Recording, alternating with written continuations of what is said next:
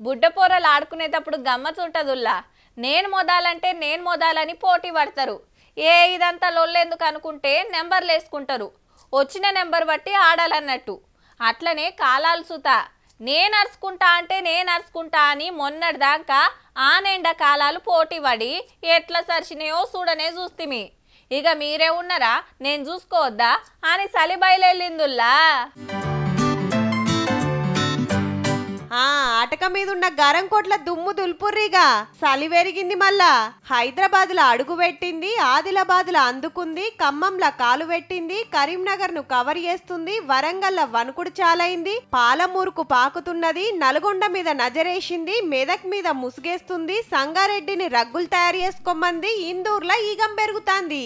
ఈ 2-3 రోజుల కాంచి అయితే నేరి నార్మల్ గా వస్తుంటాం. ఇప్పుడు బాగా చలితో షటర్ వేసుకోగానే ఇంకా బాగా చలి ఉంది. ఈ 2-3 రోజులు ఇంకెక్కువనే ఉంది. పొద్దుగాలనే పనులు సగబెట్టుకునే పాల ప్యాకెట్లు, పేపర్లు వేస్తోళ్ళు, వ్యవసాయ పనుల మీద బాయిల కాడికి పోతోళ్ళు, వాకింగ్ జాగింగ్లకు పోతోళ్లకు జరంత తిప్పలే అయింది.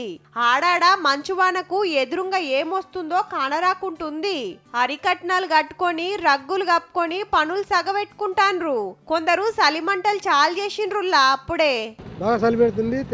రాత్రి 12 నుంచి రాత్రి చలి బాగా చలి పెడుతున్నది. మంచిగా ఉన్నది కానీ చలి పని చేసేట్లేదు. చలి అక్క పెడుతున్నది ఎక్కువనే సార్. అడవుల జిల్లా ఆదిలాబాదులనైతే నెరి హర్లిటి అనే ఊర్లా రాత్రి గర్మి 14 డిగ్రీలకు పడిపోయిందంటే చూడుర్రి. చలి అయితే చాలా ఉంది. నేను హైదరాబాద్ నుంచి వచ్చిన ఇప్పుడే దిగిన ట్రైన్ దిగా అంటే ఒకటేసారి చలి అంటే బాగా ఇబ్బంది అవుతుంది.